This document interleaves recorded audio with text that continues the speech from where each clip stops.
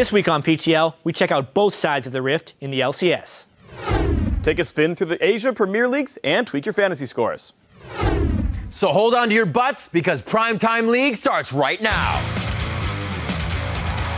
Here comes Brown. Can Huey get the pentakill in the bottom lane? He can! Team Liquid, have they really broken the curse?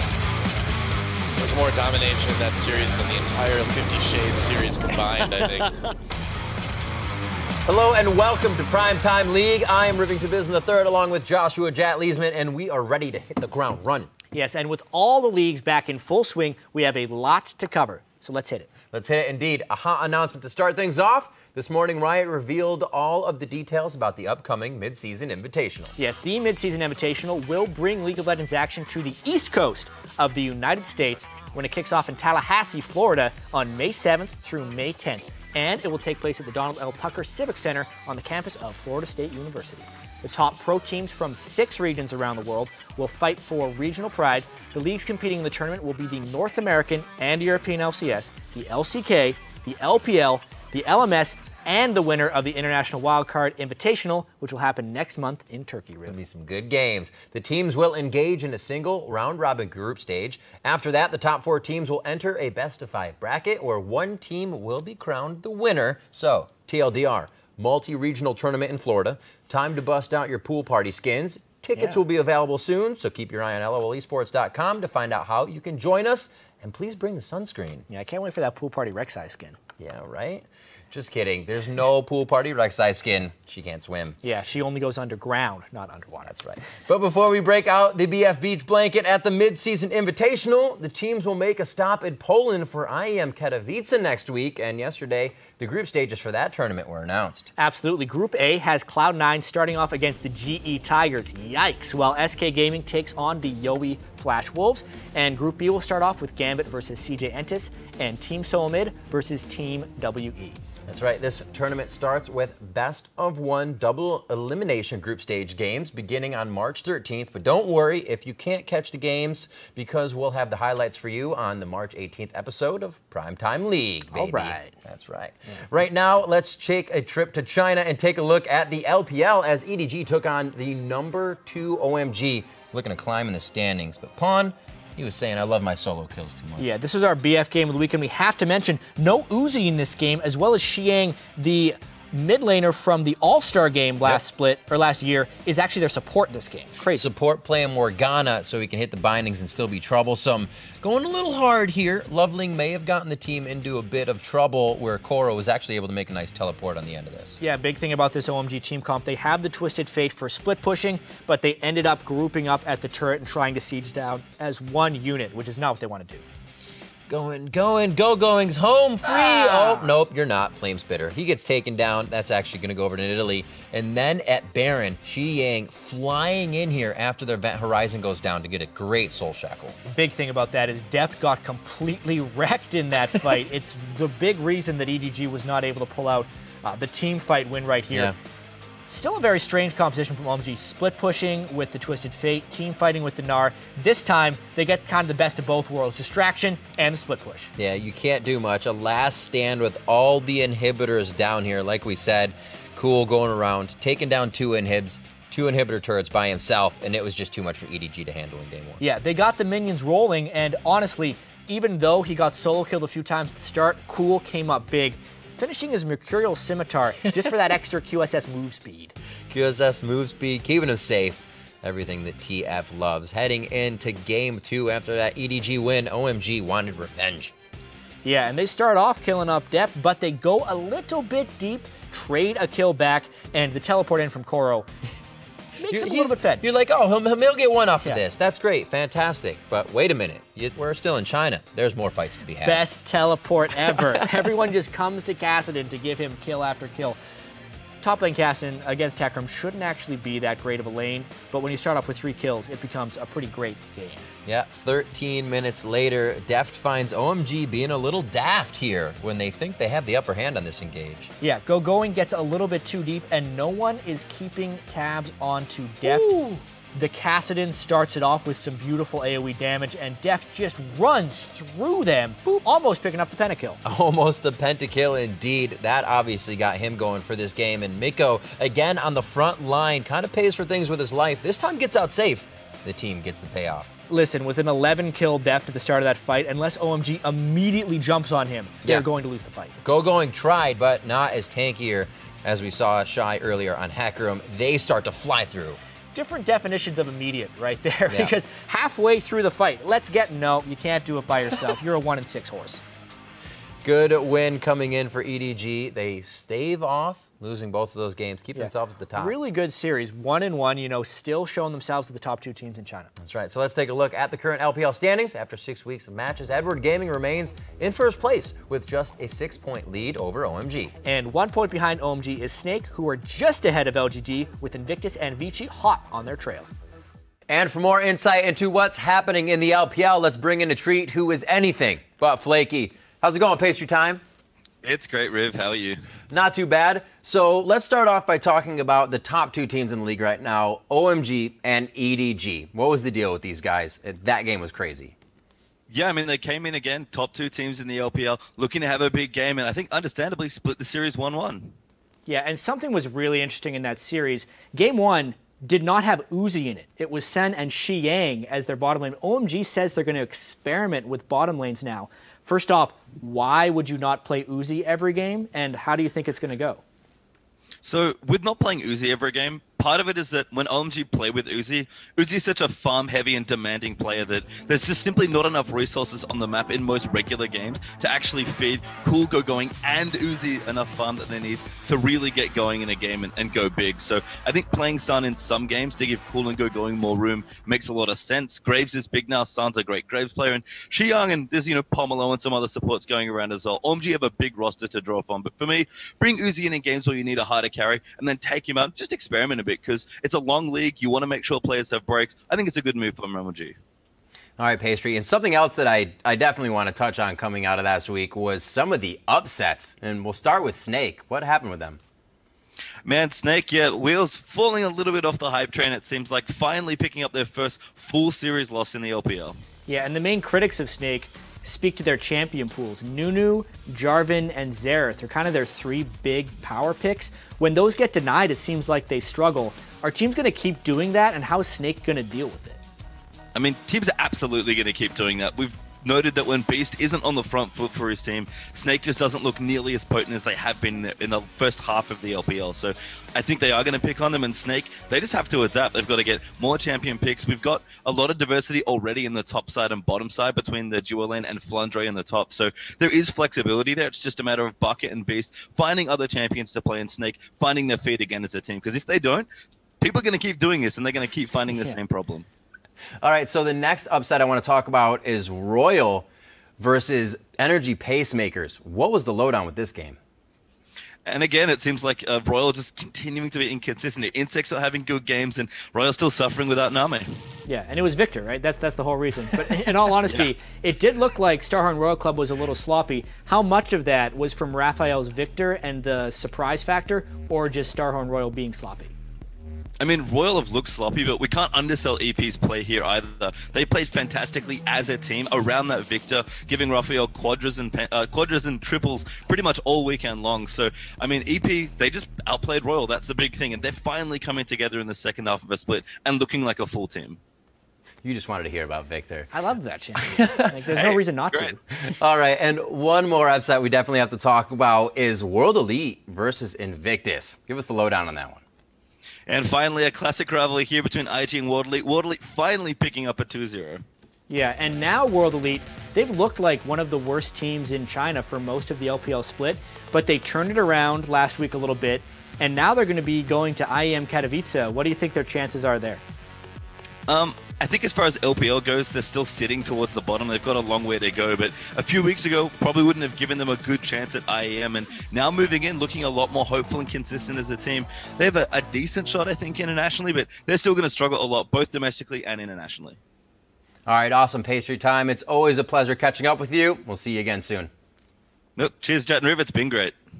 And speaking of IEM, let's take a closer look at another team that will be competing, the Yowie Flash Wolves, a lineup with a lot of familiar faces in it. Yeah, this lineup is actually 4/5 of the team previously known as Gamma Bears, who played in the 2013 World Championship. The only exception is their former jungler Wins, who is now on the rival team, the Taipei Assassins. And interestingly enough, that's the only team that has beaten them this season. And on the flip side, they also handed TPA their only loss this split. And right now, the Yowie Flash Wolves actually look like the most solid team in the LMS. The Wolves also beat TPA 3-2 in the IEM Taipei Finals, which is what sent them to Katowice next week. Who would have expected? And this Thursday, the two teams will meet for the last time this split. It's a must-win game for the Wolves if they want to own first place. Not only will it give them sole control of the top spot, but it will also give them the head-to-head advantage in case they wind tied up with TPA. Now, let's take a look at those Flash Wolves in action as the #3 Hong Kong Esports look to challenge the white-hot Yowie Flash Wolves at #2 in the standings. Yeah, also got to mention the #3 team has toys on it. That's his new team over in the LMS here. But Dinter gets himself and his team in a lot of trouble early with that failed invade. A lot of trouble indeed, and the choice for Maple to go for Dinter and grab double buffs just makes this fight glorious for them. It's an absolute mess. I mean, a 5v5 in the river 4 minutes in, but it's all about who started this fight in the league. This is that I think I can turn this fight mentality from Hong Kong Esports, but Maple knows he can. He's got double buffs on the Blanc, and they clean up this fight for the Flash Wolves. One after the other, with Ale going down a 3-0-2 to start off Maple 4.5 minutes into the game, and it led to advantageous situations like these deathless dives. Maple was already 5-0 before this dive. You can see him absolutely so big, blowing up and making people disappear. This game got out of hand very quickly.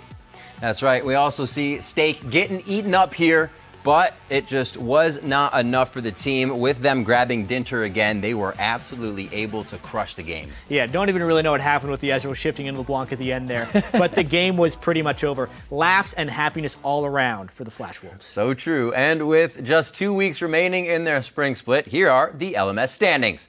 After winning their match against Never Give Up this morning, the Wolves are now tied with TPA for first place. And since only the top 4 teams in the LMS head to the playoffs, Hong Kong Esports and AHQ will look to hold on to their spots in the remaining games. And now we'll head over to the European LCS, where we have to single out one of the newest players to join their rank and file. It's actually an old player who has returned to the fold, and that is none other than Elements' support player, Krepo. Krepo came in to replace Nif last week, and while the team went 1-1, he also managed to provide a source of inspiration for one of our European casters. Yeah, smiles and relief on their faces, you can really tell. Krepo happy with that first result as they go over to shake hands with MYM. That's not the same Krepo we saw in the intro movie. No, I don't think so. What happened right there? Lost some weight, got a little bit buffed. I changed his jersey. I have a picture on my desk of Krepo with no shirt on. We put it up on Twitter. Yes. We had to print it out. We look at it every day. It's beautiful. It inspires us. Yes, it does. Just like that performance. Good work, Gentleman Frog, and big smile on his face. And because we are PTL, we had to look into this and fact-check Officio. And sure enough, he was telling the truth. I look good, I look good, I look exactly the way you wish you could. I look good, I look good. Indeed, Officio. 100% real picture right there. Everything about it, I can vouch. I've seen it. It's real. It's on the internet.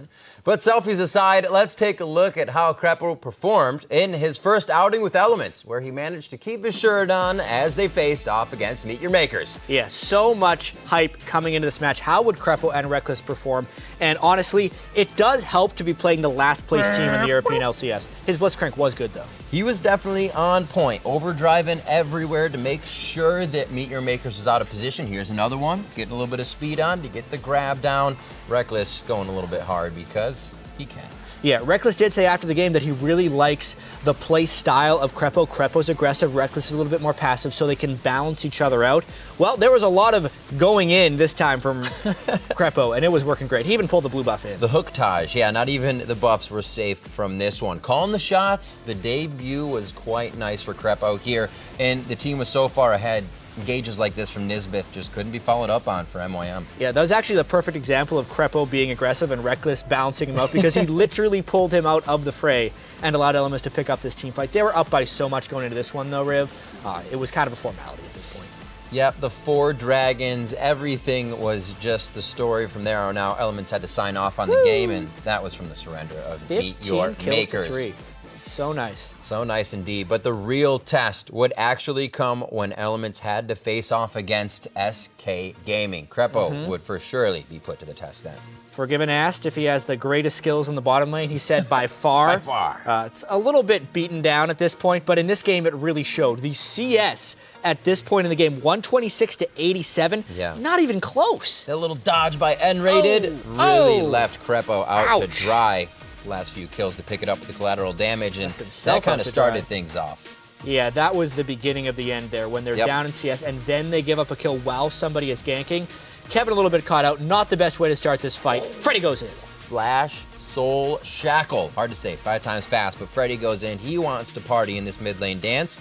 N-Rated was there to finish off with the Tibbers, and they were at Baron just long enough to pull Elements out of the base for this fight. Yep, Krepo, first one down in this fight, has very little impact. Jinx can't get going, even with the Zonias from Frog, and it was just a pile on for SK. This almost felt like Elements versus MYM, except Elements was playing the role of the inferior team this time. SK was so much stronger than them here.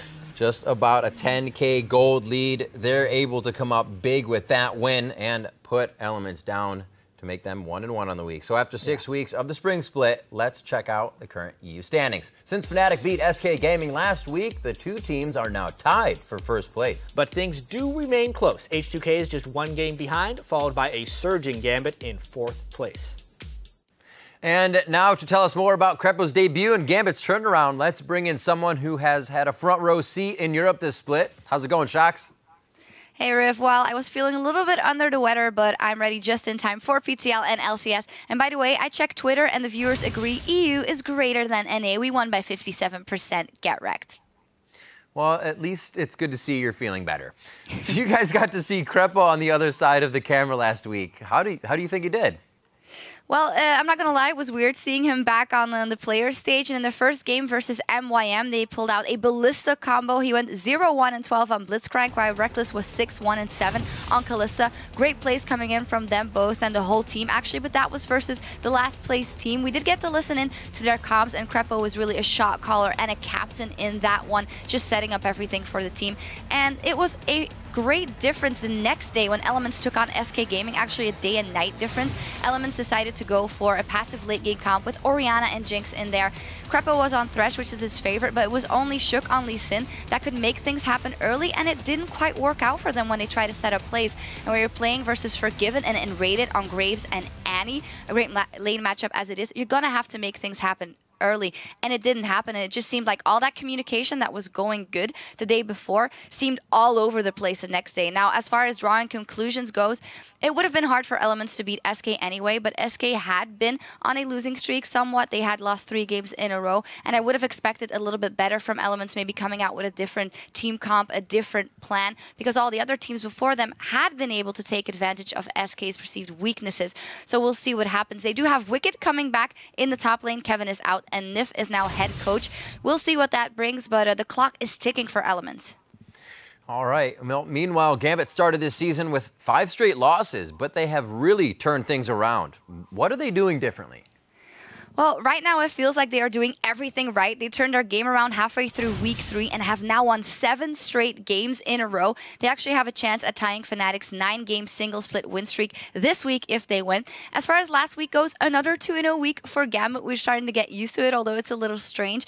They got behind early versus the Copenhagen Wolves, but a couple of good roams from Betsy, great TPs and cannon ults by Cabochard in combination with Diamond Sejuani were just fantastic for them, and it is really a deadly duo, Diamond and Cabochard. And then in the Roccat game the day after, Gambit was indecisive at times, but even with their flaws, they have won 7 games straight. And one person that's really stepping up is Diamond. He's showing up big, especially on Sejuani last week. Poor Ryder Sejuani, so he's having fun and wrecking phase.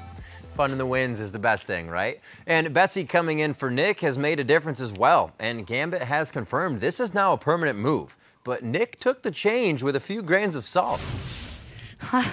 A little bit of salt. There was enough salt that I used on my fries yesterday, but all jokes aside, Nick actually reminds me of Betsy. Both are not super hard carries, but Betsy has had moments of brilliance, and the substitution, of course, coincided with the early momentum of Gambit's winning streak, which is also a mental aspect.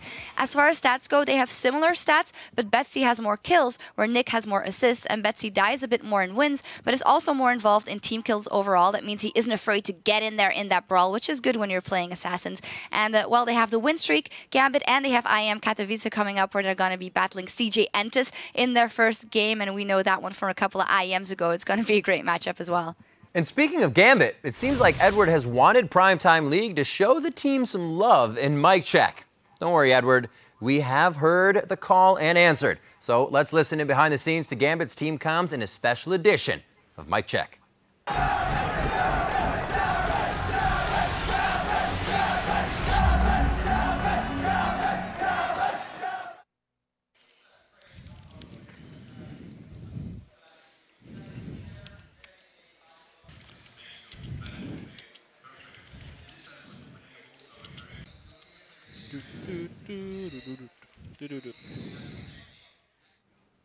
Now, Shocks, I'm going to go out on a limb here and say that's titled Calm Before the Storm. Yeah, it does remind me of the Elements comms before Krepo came in. Oh, shots. Well, thanks for joining us and not firing any of those shots my way. I would never do that, Riv. Thank you. So let's take a look at what Shock said was going right for Gambit as we check out their game versus Roccat. Yeah, and this one, well, it was Sejuani time again for Diamond, and Betsy as well continued his strong stand. Early on in the game, the Roccat was a little bit in the deficit. Diamond goes top lane to try and make a play. Oh, that auto attack allowing for the permafrost and pretty much the permadeath here. There were so many skill shots missed by Gambit on this gank. Diamond didn't land his slam. Cabochard binding the minion, but they had such overwhelming force for that gank, it still worked. It happened in every gank. Woolite, 3 attacks too many, and then once again, let's go deep for this one. Diamond lands the ult. Let's flash the wall this time. They destroy Woolite. This fight was very key in getting Pinoy started in this game because he was going to have a big impact later. He was going to have a huge impact later. Diamond, happy with everything. He was liking the Pinoy insect move on Tristana. And I keep thinking, if Jankos had smited Betsy, would he be alive? Yes. There is 20% damage reduction, especially if he spites him early on. Not just a dueling item, sometimes a defensive item. But 5th Dragon, denied. Denied by the king of the jungle himself. And even though Roccat looked like they were surging with these dragons, ready to grab Aspect, Gambit had other plans. Yeah, I mean, you look at the total gold in this game. Yes, Roccat had been getting the dragons, but the gold wasn't there, so they overcommitted for that dragon. Then when they lost the Smite War, even if they had gotten the Smite War, I question whether or not they would have been able to take that fight with ease. But because they didn't have the dragon, because Diamond stole it, and because Pinoy killed them, they get the game. Riding the cavalry through, using the Talisman of Ascension as well to get to the Nexus even quicker as Gambit continues that win streak. Yeah, they are red hot right now. It feels a lot like Gambit is back. That game did show some vulnerabilities, though. They almost lost that one a couple times. Almost, but almost only counts on horseshoes and hand grenades. Absolutely. And we're going to keep things in Europe for our BF Game of the Week. Yes, now SK Gaming have had control of first place for most of the split, with Fnatic always hot on their heels. And thanks to SK's recent struggles, Fnatic now find themselves tied atop the table with a shot at taking over sole control of first place for the first time all season. These two teams faced off for the first time this split just 2 weeks ago when Fnatic put a stop to SK's 8-game winning streak and set SK's current slide into motion. That's right, so tune in to see if SK can get revenge when they face off again on Thursday in the European LCS's 4th game of the day. And we had plenty of players across the LCS fantasy scene last week, so it's that time again to take a look at the top performers and the bottom performers. There were some big-time performers on H2K. The top 3 spots across the entire LCS were Otto Omne, Hjarnan, and Lulex from H2K. So if you had faith in these guys at the start of the year, it definitely paid off because they were not high-priority picks in fantasy drafts. On the other end of the spectrum, though, there are always people at the bottom, and they seem linked like this. 1 week they're at the top, the next week they show up here. Pobelter and Altec. 9.1 points for Pobelter, 11.2 for Alltech. Not a good week for Winterfox. And Shifter had actually been performing quite well, averaging 23 points per game the last 3 weeks, but he fell down to only 6.8 points per game, which ends up putting him on this dud list. But there are so many fantasy alerts this week. Winterfox kind of at the forefront here. Imagine was actually benched. Alltech was moved to support, and put me in, coach, says their coach. And Paragon is going to be playing AD carry. He is a former Incredible Miracle player from Korea, so maybe it will work out. But from a fantasy perspective, if you're wondering what happens to Alltech now, he still counts as an AD carry until he plays 3 or more games on a different role. So I would recommend benching him since he will be playing as a support, but listed as an AD carry until it's proven that that's a real lane swap in the long term. But the alerts keep coming. Wicked's back in on Elements. Kevin is moved to the bench. We'll have to see how that goes. Wicked's been practicing a lot while he's been out. MYM, Nisbet is out, Noxiak is in, but if you're still starting MYM players, I don't really have too much advice for you. You probably shouldn't be playing anyone from that team. They are not good fantasy performers thus far. And big late-breaking news, Keith is actually out despite his amazing fantasy performances and kills per game, and Piglet is back in. The team says his attitude has improved, and that will be a huge wait and see. Maybe this time when Piglet comes in, he will put up a few more kills. And finally, we have some fantasy sleepers. Phoenix, everyone's been talking about keep Keith. Do you play Piglet? Phoenix has always been doing well here. So they're also playing Teammate at Impulse. Some big points there. And then just looking against 2H2K plays against Gambit Gaming and Copenhagen Wolves, on top of the fact that these guys are near the top of the fantasy performers and that 11.5% of owners actually have Lulex, H2K, these guys are going to be doing well. So hot right now. Pick up those players. They're probably available. That actually does it for us in Fantasy LCS. And against my better judgment, we're again going to send it to Freak, who's doing his own league.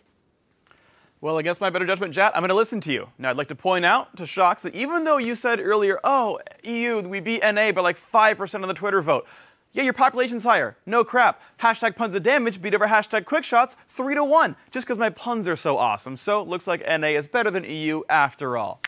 Anyhow, welcome back to the only fantasy league that matters, Primetime League's Fantasy League of Legends Legendary League.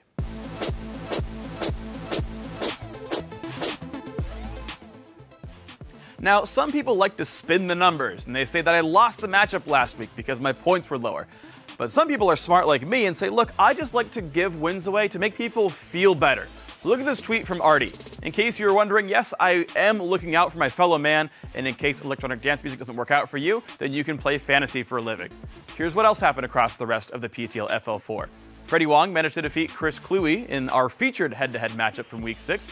85% of you picked that one properly, so nicely done, everyone. 50% of you are not very smart, but that's okay. And my loss also helped create a sense of false security for Xpeke, Snoopy, and Freddie, who have ended up in a 3-way tie for first place. That, of course, does not matter because we all know I will come back to win anyhow. It's part of my elaborate plan to this week. Listen to Jat, because why not? Even though I wasn't facing Chris Kluwe last week, that didn't stop him from engaging in a little Teemo-based trash talk. Little does he know that my false cry for mercy was just setting him up for defeat as I take him on this week. The match to watch will be between two former Worlds veterans as Xpeke and Snoopy fight over first place. We want you guys at home to let us know who's going to win this fight. First place prize gets to look at themselves in the mirror. Tweet hashtag Xpeke win or hashtag Snoopy win to @LOL Esports, along with the hashtag PTL, and we can see where your loyalties lie. Now, while your thumbs are busy, we'll take you behind the scenes and tune in on the team's comms, where the players say the darndest things. It's time for mic check. Okay, we practiced it, okay? Everybody was Kung Fu Fighting.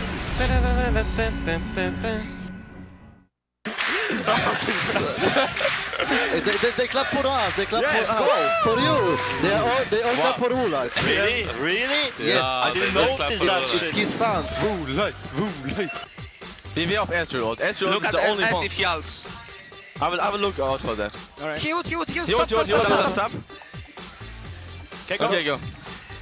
Good job, guys. Good job. Now go top. Oh, I go first. I still. Cannon. Help me. Kill set. Nice.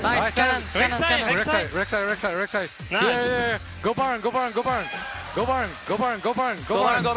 chase. I know. Nice. I steal the Smite King. Really nice smite. I steal the Smite King, guys. please. God of Smite, please. You have no smite? No, I have two. I have 2 still of Smite. It's okay. It's okay. We trust you, Raj. We trust you. We trust you. Okay, this time, please. Okay. Nice. Shoot in 2 seconds. Go Pinoy! No! Go mid! Pinoy, life steal. Boy, what are you saying when you picked up your shoes? These shoes are so comfortable! Damn it, Sushi! You gotta try them! No, just end it. I'm real tanky. 40 seconds. 40 seconds. Bottom up. Watch out. Don't die. Don't take too much. Jarvan. End the game.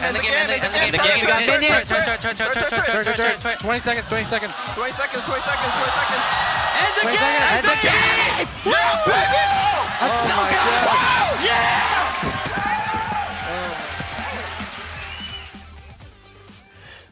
So we may not be as loud in North America in the mic checks, but we throw our shoes around and we're loud after the games. Yeah, I also love at the end of that teammate game, it's like, be careful, don't take the Nexus turret, as Cali Trolls is just running into the Nexus turret well before minions of the team were ready for it. And then Porpoise, they were taking turns, ring around the rosy. But now let's bring the focus to North America as first place Team Solo Mid fought to hold on to the top of the standings against Team Impulse in this game. Oh man, this game. Yeah, what a good one. You're always wondering which Team Impulse would show up. An early game, it wasn't the good one, but they just needed to find that one fight. They had doubles on his Hourglass before this fight, and boy did they find it. And picking off Lust Boy was the perfect thing here, especially to help Xiao get going, which they needed to on that Cassidy. Yeah, huge bindings from Impact as well, really fitting in. Only on the backside was Dyrus able to pick up a kill.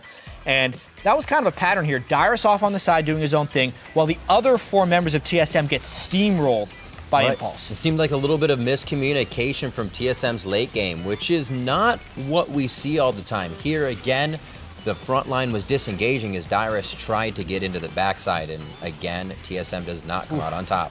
Wild Turtle had so many things trying to kill him this game, whether it was Leona or the Morg or the Cassidon, and most of them were successful. You were saying Wild Turtle had so many things coming at him. Here comes Adrian once again as he comes around the corner. Wild Turtle is his target. The center of the Leona stun so rarely hits true, but it did again and again in this game, allowing Xiao to just pile on, rift walking for kill after kill. Double kill coming in for Apollo. Nicely done. They're able to get into the base. That's going to be the ace. A full house with Xiao's over Apollo's and the Cassidon and Graves, and the hugs to come out as that was a big win. Yeah, well, Impact has been stepping up again and again, really starting to look like that world champion from Season 3. That he is, and now we take a look at Counter Logic Gaming versus Team Liquid, another game that delivered from Week 6. Yeah, we saw that there was an upset in that TSM game. CLG trying to avoid the same fate as well. They go with an unconventional double AD composition with Nidalee and Rumble, and there was a whole bunch of chaos in this mid-game fight. Smithy getting caught out a little early there in the jungle, and this one just kept panning out. Everybody wanted to get around in the batting order here, and it only left a few standing. Yeah, Keith gets himself back in the game right here, picking up a triple kill after losing laning phase a little bit. And then, you've seen it before.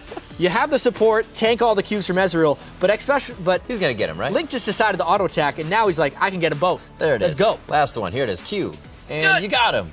Nope. And then everybody's like, in a parallel universe, Link would go for this. But it was this universe. And you can see why you're not supposed to do that. Exactly. Special had his shield again. And the all-star smile right there. Coming in on this fight, it looked like great ults, but those didn't hit anybody, and Liquid moved right to the back line. This was the fatal flaw for CLG in this game.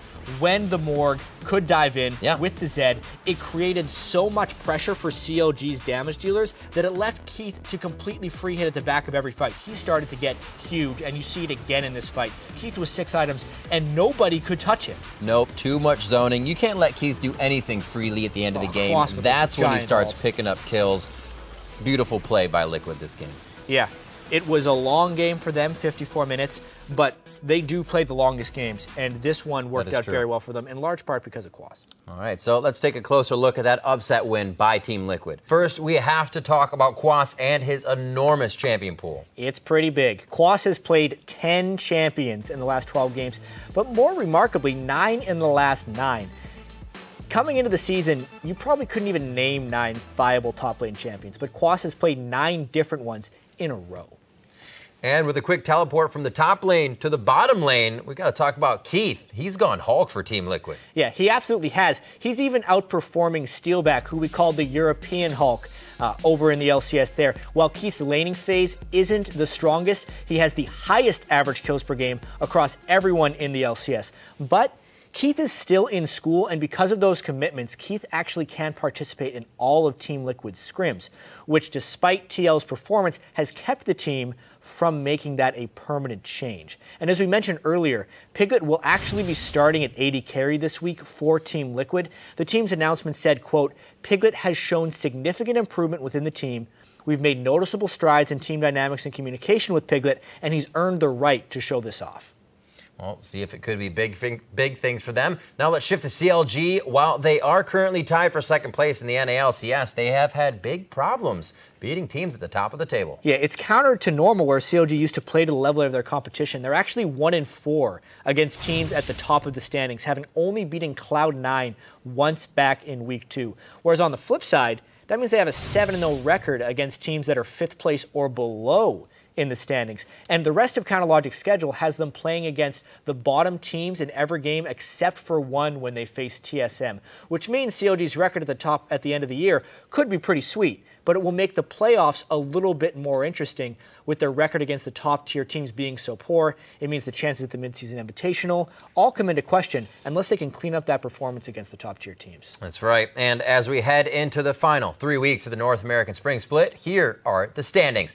TSM continues to hold on to first place at 9-3, but they'll need to hold on tight because Cloud9 and CLG are tied for second, just a single game behind them. And at the bottom of the standings, Team Coast are in imminent danger of being the first LCS team eliminated from playoff contention if their struggles continue this weekend. If you've been looking to hone your own game by watching the pros play, then sit back and get ready for some knowledge as we enter the League of Learning.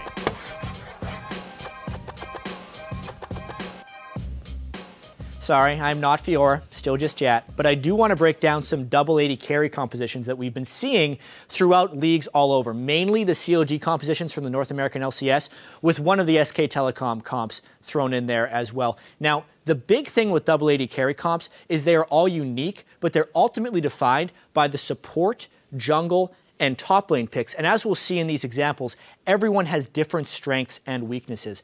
The first one I want to take a look at was the first one that CLG ran in Week 3 of the LCS against Gravity. And Lissandra as a top laner, in my opinion, is the best top laner in a double AD carry composition because it buys the team so much. Because Lissandra is an assassination threat, immediately you don't have to worry about being all physical damage. People can't just stack armor because Lissandra could assassinate them. It also gives them threat on the enemy's squishy targets because Lissandra can get in there and mess them up. This one is also added with a lot of utility from Alistar and Lee Sin, so everything kind of works in it. The only real weaknesses you get from this one is a slightly poor sieging strategy, and the bottom lane of Sivir Alistar is weak in the laning phase, so you may put yourself into some lane swapping scenarios. This one worked quite well for CLG back in Week 3.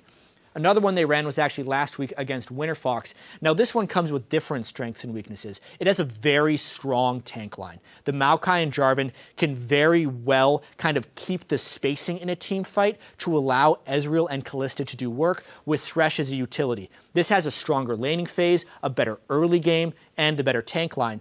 But it does have the weakness of being primarily physical damage. No big-time magic damage threat, so if it does get late, the enemy team can stack armor, and the composition runs into some issues. Third composition I want to take a look at was what CLG played in the very next game. This had none of the problems of being all physical damage. There was a lot of magic damage, actually. Rumble and Nidalee provided that. This composition is almost overloaded with damage. It's one of the big strengths, and it has amazing poke, turret pushing, and objective taking. You saw turrets in this game disappear as soon as they walked up to it. But it came with even stronger weaknesses because of all those strengths it threw in there. You could see very low crowd control. Aphromoo had to make all the plays on Braum. No real front line, so when they got dove, there was nothing to protect them. And with that, they had no way of threatening the enemy AD carry, which is ultimately why Keith ended up carrying the game with so many kills on Jinx. But there's even more variations for double AD carry compositions. Week 6, when SK Telecom played the GE Tigers in the LCK, This one was like a double support AD carry comp. They actually had very good AD carry protection in here. Lucian and Ezreal get time to do work if the enemy team tries to dive on top of them, but it comes with weaknesses as well. Again, primary physical damage, low backline threat, and no good way of initiating because they're just buying time for the AD carries, not necessarily finding fights for them. So as you can see, tons of variation in double AD carry compositions. It's not just about turret pushing, it's the support, top laner, and jungler that really define it. That's all for now. Thanks very much, chat. I feel like I learned a whole lot already. Now, speaking of learning, let's take a look back at last week's Twitter question and check how knowledge served you in predicting the future. We asked you which LCS player will secure first blood in the fastest time this week. The answer was actually Woolite, who secured first blood in 3 minutes 28 seconds by killing Edward. Unfortunately, none of you got it right, but we want to tip our PTL hat to @GhibliPuffTV, who at least predicted who would die, though he did pick Woolite's teammate Yankos instead. Now we have a new question for you this week. It's 5.4 this week in the LCS. We want to know which jungler will master the changes and come away with the highest cumulative KDA this week. Now we are talking about which player, not which champion. We want both the player and their combined KDA from both their games. Send your answers to @LOLesports along with the hashtag PTL. And if you get within 1 point of the correct KDA, we'll put you right into the Primetime League Hall of Fame. Now, the thing is, we wanted it to be 0.5, but Riv was generous enough to say, no, guys, make it 1, make it easier. So if you're in between those two, thank Riv for your spot in the Hall of Fame. Now let's turn our attention to Korea's LCK, where a fakerless SKT took on CJ Entus. Yeah, and in their first matchup of the year, CJ Entus reigned supreme. You wouldn't expect them to run EasyHoon right off here, and on Casio of all champions, he got started off well by some nice plays from Wolf and Bengi. The hooks, the kills, the pop-ups, nice plays there. SKT, like you said, they're looking to get back that 2-0 revenge. Yeah, and this fight is where EasyHoon really started to take over. He avoids the Hecker Maul, and then it's just free reign for EasyHoon this game. Marin distracting everyone else. Look at him go. So seeing this, you're like, all right, so EasyHoon got Dragon, but wait, he got 2 more. And then everybody's going to escape, right? Yeah, Cassidy has a dash, Corki has a dash, they're getting away. But they literally go so hard for these kills. Well, he already had 3, so you may as well go for the quadra kill. Like, it's always worth it to go for more kills. You're going to be able to push everything after that anyways. Look at this, 18-3. Nobody's even safe. This completely blew my mind the entire game. Ambition obviously going to walk away. He gets that but kill. Not even. EasyHoon got that kill at the end. 20 kills to 3, an absolute statement game by SKT in game 1. Seemingly unrecoverable for CJ Entus after that one, but they try in game 2. Chobra was right. EasyHoon God mode for sure. Seeing Marin in the top lane, obviously you got to go for the tank sometimes, take the easy guy out, and that's where CJ Entus started this game. Yeah, Shy was a bit of a force in this game, and it's the big thing that SKT had to get through. Look at that fast horse! Woo! Coming in, flying through. Wait, I still got more for you, though. Back in, right into the fight, but he misses that one, unfortunately. Shy, rather Wolf with a sidestep. One of the most flashable ultimates in the game. And look at him, he's going the long way around this time, but it's a little bit slow. You can see when Shy gets into this fight what an impact he has, but the rest of his team is dead. He just does not care, not being shy at all at this point. They actually have to rechase him out of the base here before they can go back and end the game. They want to make sure they get him down. Yeah, but finally they do get him down. EasyHoon picks up another kill. He's 7-0-5, and because the base was in shambles at that point, SKT gets the 2-0. Smiles on the faces. I guess we don't need Faker all the time. Clearly says not. SKT. I mean, EasyHoon is really performing in some of these games. Those games in particular, he was just amazing. We'll see. That's also an amazing swap to have for mid laners to go back and forth. So here's looking out to SKT for now. Here's a look at the current LCK standings as well. After dominating the win this morning, the GE Tigers continue to sharpen their claws with a 9-0 record. And SKT has now moved into second place, followed closely by Jin Air and CJ Entus. And now let's actually bring in our Korean connection in the LCK, OGN's Trober. How's it going, man? Great. How are you, Jet? I'm doing really good. I want to start talking about SKT as well because they're continuing to rise back up the standings. They're now in second place. Where do you attribute the majority of their success? Well, I have to say that SKT, I think, really are finding the right balance that they've needed. And they're doing this by using their full roster very effectively. Now, this is something I've talked about continuously here on PTL and things that analysts have thought about and discussed for the entirety of the first round robin here in the LCK. But SKT is finally finding out that, yes, we can make our different rosters work. Mainly, I want to talk about EasyHoon up against Faker. Until now, people said, why is EasyHoon still on the team? Faker is obviously the best mid in the world. There's no reason to swap him out. But EasyHoon showed us last week when they played against CJ Entis that he doesn't have to stay in his kind of Season 2 passive mode. He can go aggressive even if it's on the same champions like Cassiopeia and Lulu that tend to be a little bit more farming champions. So EasyHoon going 11 kills and only 1 death on his game on Cassiopeia, no deaths on his Lulu, and just making big plays for SKT Telecom 1.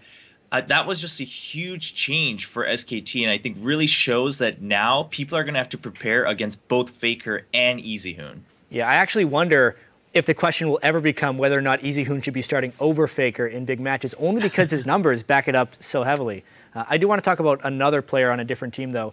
Najin Fire, they debuted their new jungler recently, Peanut. Now that he has 5 games under his belt, how do you think he's doing? Well, I have to say that Peanut, his scores aren't necessarily spectacular. They're not poor either, but it's not like we saw his first 5 games and we said he needs to be picked up by any team in the world. Everyone should be fighting for him. He's not quite there yet, but at the same time, he's very young. I mean, he debuted as soon as he could legally in the LCK. Until then, he was just a training member in the Najin house. And as he entered in the second round robin, a lot of the junglers in the LCK mentioned that they deem Peanut as their rival. He's the player to beat in the jungle just because he's been dominating so much in solo queue here in Korea. Now, his Rengar, even if the score doesn't show it, in his very first debut game against SK Telecom, was very impressive, and it shows why Rengar is his most played champion, and it actually drew a ban even though SKT won that first game. Afterwards, he's been playing the standard round of junglers, Jarvan, Lee Sin. We even saw a game on Rek'Sai, and he's been able to do pretty well. I think he has a pretty good impact on the game, but we're going to need to see a little bit more aggression from him if he's going to be the changing factor for Najin Fire. Well, thanks a lot, Chober. I really look forward to see how Peanut develops in the LCK. Great analysis, and it's always great to have you with us. Choosing 5 amazing moments from the pro players every week is not easy because there's just so many to pick from. Yes, but that's half of the fun. Let's actually check out some of the biggest plays from last week, or as Shirtless Krepo would like to call them, the Penta. That's right, coming in at number 5, Link got blown away by Xpecial's Janna. He's trying to dodge the Q, he jumps over, trades one back, Xpecial now chased down by Link. I don't think he's got the damage to get the kill. In fact, he doesn't. That's... Oh, he missed! Not quite the kill. Oh my god, that fight. All right, he's going for it! Oh my god! No! Xpecial wins the Hunger Games. At number 4, Koro deftly steals the Penta. Gonna dive back in onto Pon. Does pop the ulti on himself. Clearlove in the back doing good damage and depth. Gonna start to clean up. Gets 1, gonna get 2. Can he make it a triple? Goes in. There's 3. That's 4. No, Koro, he stole the Pentakill. Depth has to settle for a quadra. And at number 3, Wind breezes in for the game-winning Baron steal. 应该是要被拿到了巴龙 buff， 欧蕾，哇！彭年又抢到了巴龙，不会掉巴龙的男人，果然还是不会掉巴龙。巴龙没有重击到，那这一波团战一定是 TPN 的收头秀。哇，滑板鞋拼命滑，还闪现上去 ，Toy 这边也走不掉，最后被 Looping 打出一个绝望的 Triple Kill， 是 Quadra Kill。 Coming in at number 2, Wayless's Diana rushes in for the instant triple. Vengeful Maelstrom, not quite enough to save his life there as Wayless. He's back alive, but not for long you have to think, but he takes down Sigdream. A triple kill instantly out of nowhere. We may have a game continuing, ladies and gentlemen. So much damage. And in our number 1 play this week, LGD gets wrecked by Hui's Pentakill. Looking for kills. Tails gonna get black shielded here. He does manage to land a nice Buster Storm. They turn it around, but it's the kills coming through instantly as Lemmy comes down. The double Gnar into the wallop here as well as Acorn. He's come round. So's Wayless who picks up Tail. everyone coming through, and this is the benefit of multiple teleports. Huey, he's got a triple now in this fight. Wayless looking to try and pick one of his own. A quadra kill on the bottom side of the map, and Zhao who comes round. Can Huey get the pentakill in the bottom lane? He can! Ridiculous play from Huey. Wow! I love Atlas's enthusiasm. In a 10-minute pentakill, you have to be kidding me. Yeah, that's 6-0 Rek'Sai. Ridiculous. You can send us your favorite moments from the games throughout the world of LOL Esports when they happen. Yes, just tweet the highlights to @LOL Esports with the hashtag #ThePenta, and we will add it to the mix. That's right. And if you want to watch the North American LCS but can't make it to our studios in Los Angeles, check out one of the upcoming viewing parties near you. Yeah, this weekend you can join fellow LCS fans in Chicago, New York, and Washington, D.C., or plan one of your own viewing parties. You'll find everything you need at lolesports.com/VP.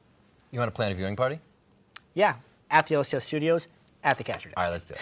All right, well, that wraps up another edition of Primetime League. As a heads up, next week, teams across the pro scene head to a showdown at IEM Katowice. Yes, that does mean you'll have to do without PTL in your life for just 1 week, but don't worry because it is just that 1 week, and we'll be back on Wednesday, March 18th. That's right, but there's still plenty to celebrate because patch 5.4 hits the LCS this week, and hopefully we'll see DJ Sona drop some beats. Yeah, which is perfect, Riv, because the teams are ready to get their groove on in our last hit.